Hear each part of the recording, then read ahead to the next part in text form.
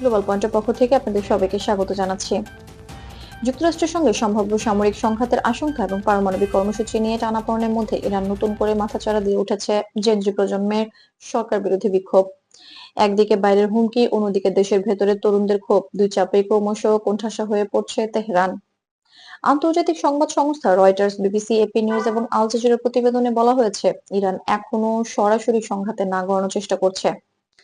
তবে আঞ্চলিক নিরাপত্তা ও প্রতিরক্ষা সক্ষমতা বাড়ানো হচ্ছে, বিশেষ করে ড্রোন প্রযুক্তি, ব্যালিস্টিক ক্ষমতা এবং সামরিক প্রশিক্ষণ উন্নয়নের মাধ্যমে। যুক্তরাষ্ট্রের পক্ষ থেকে এখনো কোনো আনুষ্ঠানিক পদক্ষেপ নেওয়া হয়নি। ওয়াশিংটন মূলত কূটনৈতিক চাপ, অর্থনৈতিক নিষেধাজ্ঞা এবং আন্তর্জাতিক সমঝোতার মাধ্যমে পরিস্থিতি নিয়ন্ত্রণের চেষ্টা করছে। পেন্টাগন আকাশ, সমুদ্র ও স্থল থেকে পর্যবেক্ষণ বাড়িয়েছে, কিন্তু সরাসরি পদক্ষেপ নেওয়া হয়নি। 2024 এবং 2025 সালে ইরান ও যুক্তরাষ্ট্রের মধ্যে পারমাণবিক কার্যক্রম, আঞ্চলিক নিরাপত্তা এবং কূটনৈতিক সম্পর্ক ক্রমশ জটিল রূপ নিচ্ছে।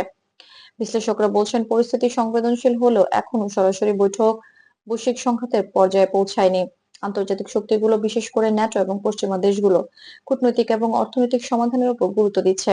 আঞ্চলিক দেশগুলো সতর্কতার সঙ্গে পরিস্থিতি পর্যবেক্ষণ করছে, যাতে কোনো ভুল বোঝাবুঝি বা ক্ষুদ্র সংঘর্ষ বড় আকার ধারণ না করে।